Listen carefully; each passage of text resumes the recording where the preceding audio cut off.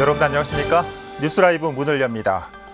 최근 자전거 이용자가 늘면서 오늘부터 자전거를 거치할 수 있는 택시가 서울에 운영됩니다. 또 이달부터 도시가스 요금이 평균 13% 인하되면서 가구당 여름은 2,000원, 겨울은 8,000원꼴로 절감될 것으로 예상됩니다. 자동차 살 때 내는 개별소비세 인하폭은 오늘부터 30%로 줄어듭니다. 이달부터 달라지는 점들 꼼꼼히 챙기시며 7월 맞이하시길 바랍니다. 7월 1일 뉴스라이브 지금부터 시작합니다. 오늘의 헤드라인입니다. 오늘부터 클럽과 노래방 등 고위험시설 방문 시 QR코드가 의무화됩니다. 서울시는 이번 주말 예정된 민주노총 집회 자제를 촉구했습니다. 민간 자본이 투입된 회현동 복합정사 건립 사업이 공동시 행사 변경과 코로나 때문에 잠정 중단됐습니다. 송파구가 가로등과 전신주에 본드가 붙지 않는 특수 도료를 활용해 불법 전단지 부착을 예방하고 있습니다. 코로나 확산으로 비대면 행사가 늘고 있습니다. 현장 관람이 중단된 경복궁도 온라인으로 시민들을 만나고 있습니다.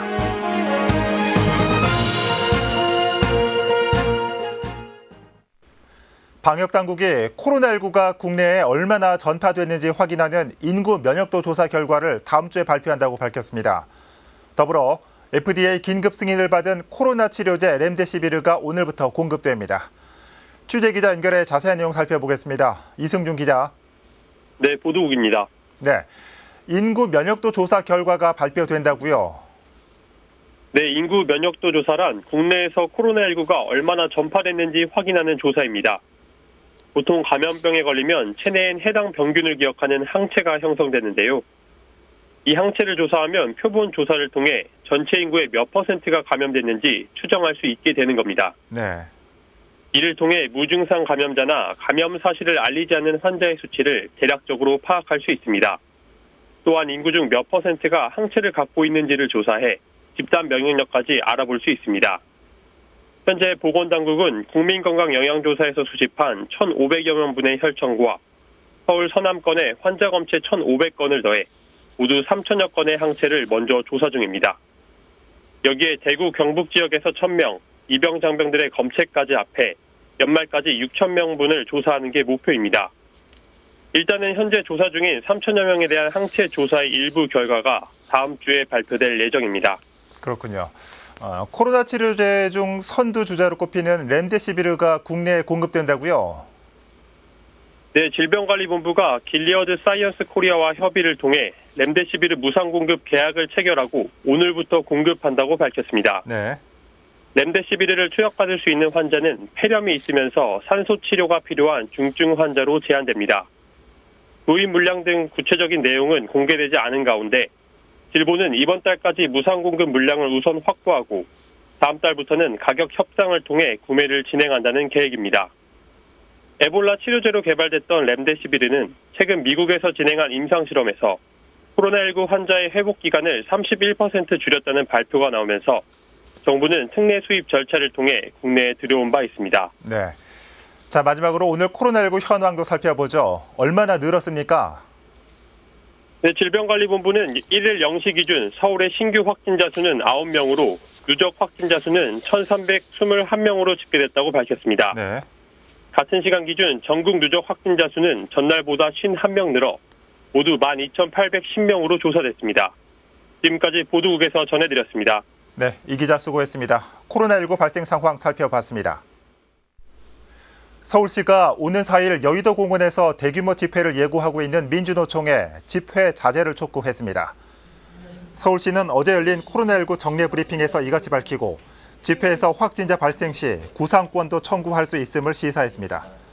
서울시는 또 대규모 집회 특성상 방역수칙 준수가 쉽지 않고 확진자 발생 시 접촉자 추적이 어려워 코로나19의 전국 확산을 초래할 수 있다며 집회 자제를 강력히 촉구했습니다.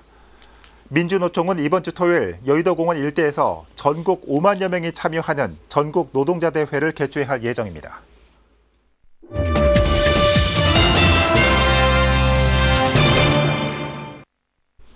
중구는 3년 전부터 민간 자본을 들여 회현동 복합청사를 건립하는 사업을 추진하고 있습니다. 하지만 사업이 잠정 중단되면서 공사 현장이 방치되고 있는데요. 중구의회에서는 부실한 현장 관리와 표류하는 사업 추진 방향이 도마 위에 올랐습니다. 보도에 지혁배 기자입니다. 건축 자재가 인도를 가로막고 쌓여 있습니다. 주변엔 닷은 소화기 같은 폐기물이 방치되어 있습니다. 버리고 간 담배꽁초는 곳곳에 수두룩합니다. 담장 일부는 망가져 있고 안에는 제설 장비가 놓여 있습니다. 3년째 멈춰선 회원동 복합청사 건립 부지로 중구의회 구정질문에서 관리 부실 문제가 지적됐습니다. 평소에도 수많은 관광객과 내국인이 방문하는 회원동에서 가장 큰 길가인 해당 부지는 보시는 바와 같이 여러 가지 적재물과 오염 등으로 방치되고 있습니다. 오래된 현장 안내도 그리고 부실한 잠금 장치 등 현장 관리가 개입하여 생활 불편을 초래한 점 대단히 유감스럽게 생각합니다. 구청장이 직접 현장을 방문해 챙기도록 하겠습니다. 당초 지난 2017년 4월 첫 삽을 뜬 회원동 복합청사 건립 사업. 오래되고 접근성이 떨어지는 회원동 청사를 중구 보건분소가 있던 곳으로 옮기고 어린이집과 어르신 건강증진센터, 공공업무시설을 더해 새로 짓는 겁니다. 하지만 공사비 부담 등의 문제로 당초 협약을 맺은 신세계 측이 철수를 하게 되면서 현재는 우리은행과 사업 추진이 논의되고 있습니다. 이 역시 은행 내부 사정과 코로나19 등의 문제로 차일피일 미뤄지고 있는 것으로 알려지면서 대책이 요구되고 있습니다. 2020년 2월 이에 대한 사업 방식을 결정하고 총괄 업무 협약 등을 체결할 예정이라는 답변 또한 있어 왔습니다. 해당 답변으로부터 6개월이 지난 지금 가시적으로 추진된 계획은 없습니다. 현재 우리은행의 최종 의사 결정을 기다리고 있는 중이며 우리은행뿐만 아니라 다양한 사업 추진 방안을 강구하여 조속한 시일 내에 구체적인 계획이 나올 수 있도록 최선을 다하겠습니다. 중구는 8월 말까지 회원동 복합청사 부지의 환경 정비를 마치기로 하는 한편 민간업체와 사업 추진이 어려울 경우 구비 사업으로 자체 추진하는 방안도 검토하기로 했습니다.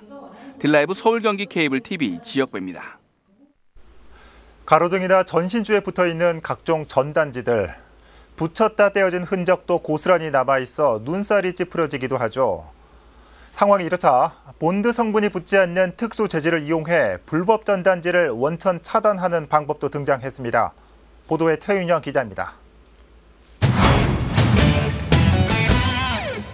송파구 방이동의 먹자골목, 전신주에 온갖 불법 전단지가 덕지덕지 붙어 있습니다.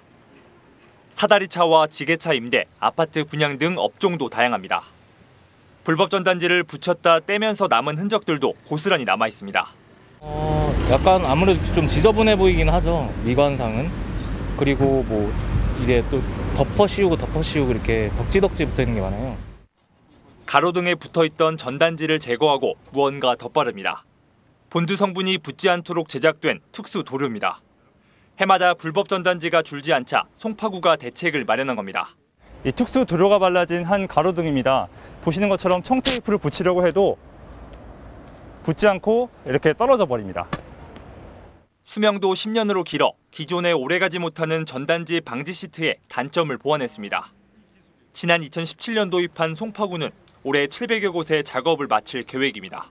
재료가 세라믹 우레탄 계열의 실리콘 재질로서 본드 성분이 붙지 않아요.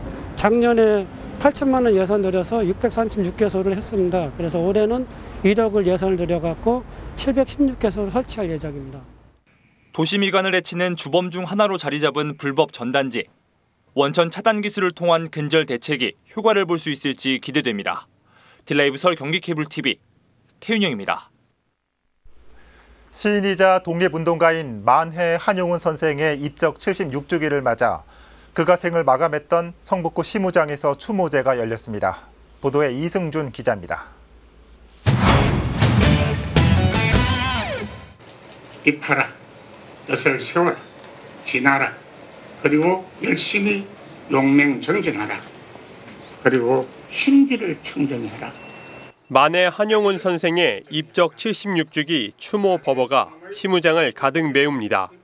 일제강점기 시집 님의 침묵으로 저항 문학에 앞장섰던 만해 한용운. 민족 시인이자 3.1운동을 이끈 대표적인 독립운동가입니다. 풍란아 매운 향기 님에게 경주를 송가. 이날에 님 계시면 별도 아니 더 빛날까. 불토가 이외 없으니 호나 돌아옵소서. 여생을 보냈던 시무장에서 만해 한용운을 기억하는 많은 이들이 모인 가운데 76주기 추모제가 열렸습니다. 승려였던 선생을 위해 불교의 전통 추모 예식인 달해제가 진행됐습니다. 예를 갖추어 차를 올림으로써 존경의 의미를 드러냅니다. 추모제가 열린 이곳 시무장은 마지막 날까지 조국의 독립을 위해 힘썼던 선생의 의지가 깃든 장소기도 합니다. 시무장은 한용운 선생님께서 말년을 보내신 곳입니다. 1933년부터 44년까지 사셨던 곳인데요. 이곳에서 한용운 선생님의 달해제를 지낸다는 건 한용운 선생님의 댁에서 진짜 지내는 의미도 있고 또 그분의 정신을 기억한다는 의미도 있습니다. 그래서 그토록 열망했던 조국의 독립을 눈앞에 두고 떠난 지 어느덧 76년. 하지만 선생을 기억하는 이들의 발걸음과 추모의 마음은 꾸준히 이어지고 있습니다. 한편 성북동 시무장은 지난해 4월 국가지정문화재인 사적 제550호로 지정돼 그 가치를 인정받은 바 있습니다. 딜라이브 서울 경기 케이블 TV 이승준입니다. 강동구청 여자탁구단이 공식 출범했습니다. 탁구단은 앞으로 구 홍보대사를 맡고 지역사회 활동과 재능 나눔도 이어나갈 계획입니다. 이재용 기자입니다. 강동구 대표 축제 테마인 선사시대에 탁구 경기가 재현됐습니다. 코로나19로 6개월간 미뤄져온 강동구청 여자탁구단의 창단식입니다. 단기는 탁구단 단장을 맡게 된 구문화환경국장에게 수여됐습니다. 창단식에선 현정화 대한탁구협회 부회장을 비롯한 탁구계 인사들의 축하 인사가 이어졌습니다. 탁구를 통해서 더욱더 건강해지고 탁구를 매개로 엘리트 체육과 생활체육의 활성화를 도모하도록 하겠습니다. 탁구단 구성원은 감독과 코치, 그리고 선수 5명입니다. 분기별 1억 1,250만 원씩 총 4억 5천만 원을 올해 서울시로부터 지원받게 됐습니다. 비인기 취약 종목을 육성해 각 종목의 균형 발전을 도모하는 차원에서 마련된 지원안입니다. 지금 잠정적으로 연기가 됐고요. 내년에 좀 더 전용체육관을 우리 구청장님께서 만들어 주신다고 하셨기 때문에 성적으로 보답을 하겠습니다. 탁구단은 앞으로 구 홍보대사를 맡을 예정입니다. 또 지역사회 활동과 재능 나눔도 이어갈 계획입니다. 청소년, 주부, 어르신들 대상으로 해서 지도하고 탁구 시설을 찾아가서 동호인 원포인트 레슨을 하거나 그 선수단과 동호인이 함께하는 탁구 프로그램을 운영할 계획입니다. 코로나19가 종료되면 시행할 예정입니다. 강동구청 여자탁구단의 창단으로 서울의 직장운동 경기부는 15개구 15종목 17개 팀이 됐습니다. 딜라이브 서울경기 케이블TV 이재용입니다. 코로나19 확산으로 직접 대면하지 않는 이른바 언택트가 유행하고 있습니다. 중단됐던 각종 문화 행사도 점차 언택트 방식으로 열리고 있는데 우리가 평소에는 잘 몰랐던 경복궁의 일상 모습도 온라인으로 만날 수 있다고 합니다. 보도에 이주협 기자입니다. 창틀은 물론 손이 닿지 않는 대들보 구석구석까지 저마다 맡은 구역에서 묵은 때 벗겨내기에 한창입니다. 세종대로가 훤히 내려다 보이는 이곳은 경복궁의 정문인 광화문 내부입니다. 조선의 건국과 함께 태조의 명으로 창건된 경복궁의 역사는 파괴와 재건의 반복이었습니다. 현재는 대부분이 복구돼 우리나라 대표 궁궐로서 관광객을 맞이하고 있습니다. 최근 코로나19 확산으로 현장 관람이 중단되자 경복궁관리소는 30일 휴궁 중인 모습을 담은 영상을 공개했습니다. 영상엔 평소 일반인들이 접하기 힘들었던 광화문과 근정전, 경회루를 청소하는 모습이 담겼습니다. 예, 요즘에는 언택트로 주로 이제 온라인으로 이제 하시잖아요. 주로 이제 해설이나 뭐 행사 같은 경우는 그동안 많이 공개가 됐지만, 정가 내부라든지 문 내부를 어떻게 저희가 관리를 하고 있는지 그거에 대한 영상을 어쨌든 제작을 해서 그래서 공개를 하는 겁니다. 경복궁관리소는 이번 첫 영상을 시작으로 평소 관광객의 입장이 어려웠던 주요 전각의 모습과 수문장 교대식 같은 대면 행사를 온라인 콘텐츠로 제작해 제공할 계획입니다.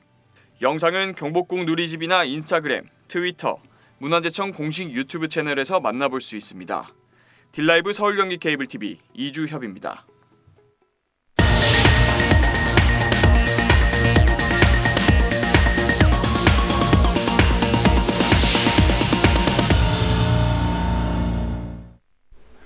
서울시의회 남북교류협력지원 특별위원회 소속 의원들이 어제 대북전단 살포 금지와 남북대화 재개를 촉구하는 기자회견을 열었습니다. 의원들은 회견문에서 북측의 남북공동연락사무소 폭파와 일부 탈북자 단체의 대북전단 살포는 한반도 평화를 위한 정부의 노력을 훼손하는 행위라고 강조했습니다. 그러면서 대북전단 살포에 대한 범정부 차원의 대책 마련과 대결이 아닌 대화를 통해 한반도 평화체제 구축에 나설 것을 촉구했습니다.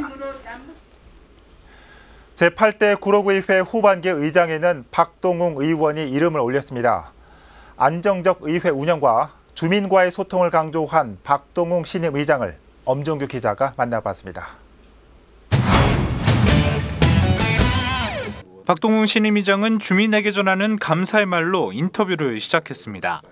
구로구 주민께 너무나 감사를 드립니다. 제가 많이 부족한데도 불구하고 구로구를 대표해서 구로구 의장이 됐다는 것은 너무나 영광이라고 생각을 합니다. 46만 구민을 대표하는 구의회 수장으로서 기본 운영 방안으로 주민과 집행부, 의회 간 밀접한 공조를 강조했습니다. 공무원과 구의회와 주민과의 삼각편대로 서로 좋은 점들을 도출해서 구로구가 더욱더 발전되게 함께 가는 길을 선택하도록 하겠습니다. 이를 위해 후반기 의회는 주민과 의원 간 소통을 확대하는 데 의장단의 역량을 집중하겠다고 덧붙였습니다. 각 단체별로 아니면 사안별로 모든 주민들을 자유자재로 만나고 그분들의 의견을 듣고 그 의견에 따라서 어떤 식으로 우리가 의원들이 같이 함께 할 수 있겠느냐 이거를 판단해서 최대한 빠른 시간 내에 그 문제를 해결할 수 있는. 한편 구로구의 후반기 부의장에는 곽윤희 의원이, 상임위원장에는 조미향, 박종여, 최숙자 의원이 이름을 올렸습니다. 딜라이브 서울경기 케이블TV 엄종규입니다. 용산구의회도 후반기 의장단과 각 상임위원회 위원장 선출을 마쳤습니다. 의장과 부의장은 전반기와 동일하고 각 상임위 위원장은 모두 교체됐습니다. 이재용 기자입니다. 용산구 의회 제257회 임시회 제1차 본회의에선 제8대 후반기 의장단을 뽑는 선거가 치러졌습니다. 코로나19 전염병 확산을 이유로 방청이 금지되면서 선거는 비공개로 진행됐습니다. 후반기 의장은 재적의원 13명 가운데 9명의 지지를 받은 미래통합당의 김정재 의원이 선출됐습니다. 부의장 역시 9표를 받은 더불어민주당의 장정호 의원이 뽑혔습니다. 이처럼 후반기 의장과 부의장은 전반기와 동일한 반면 각 상임위원회 위원장은 전면 교체됐습니다. 운영위원회와 복지도시위원회 위원장은 각각 미래통합당의 이현미, 김정준 의원이 맡게 됐습니다. 행정건설위원회는 윤성국 의원이 위원장으로 선출됐습니다. 7월 1일부터 임기가 시작된 용산구의회 제8대 후반기 의장단, 각 상임위 부위원장은 오는 7일에 선출될 예정입니다. 딜라이브 서울경기 케이블TV 이재용입니다. 오랜 시간 도시공원으로 지정만 해놓고 공원 조성을 하지 않은 장기 미집행 공원이 오늘부터 공원구역에서 해제됩니다. 이른바 도시공원 일몰제, 서울시가 사라질 위기에 처한 공원을 막기 위해 도시자연공원구역으로 재지정했습니다. 자세한 내용 전해드립니다.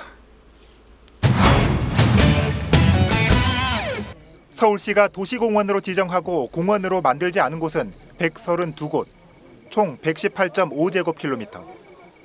이 가운데 서울시는 절반이 넘는 68곳, 면적으로는 69.2제곱킬로미터를 새로 도입한 도시자연공원 구역으로 용도를 변경했습니다. 도시공원 일몰제에 따라 실효되는 공원 부지를 도시계획상 공원으로 유지시킨 겁니다. 도시 운영 시스템을 친환경 체계로 전환하고 탄소에 의존하지 않는 지속 가능한 산업과 일자리를 만들어야 합니다. 그것이 바로 그린 뉴딜입니다.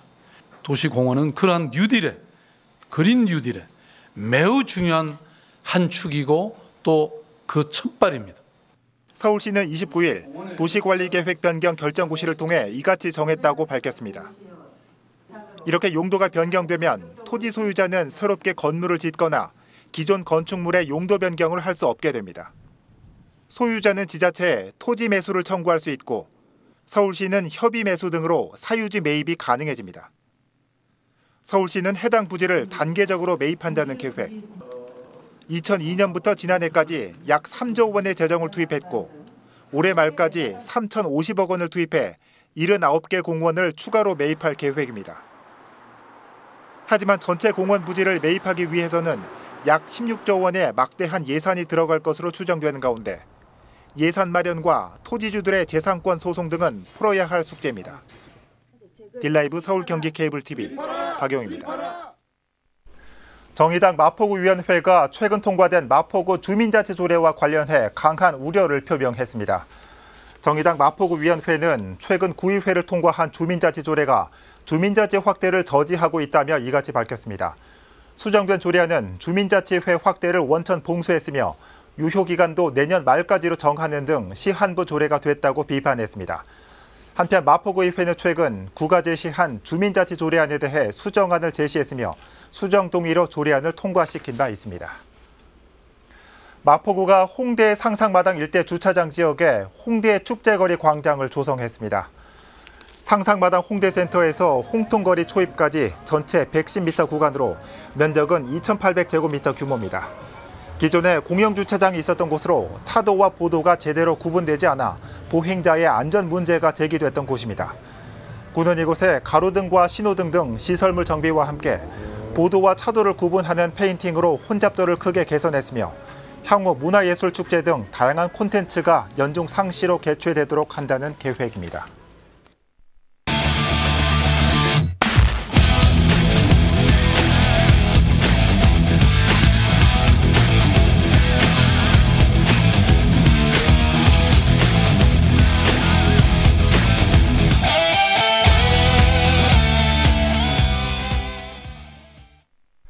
어느덧 2020년도 절반이 지나갔습니다. 올 상반기 4.15 총선 등 굵직한 이슈들도 많았지만 모두의 기억 속에 남아있는 건 여전히 진행 중인 코로나19일 겁니다. 하반기 시작 역시 코로나 관련 기사가 많은 비중을 차지하고 있지만 남은 2020년 좋은 뉴스를 많이 전해드릴 수 있기를 바라봅니다. 뉴스라이브 마칩니다. 시청해주셔서 고맙습니다.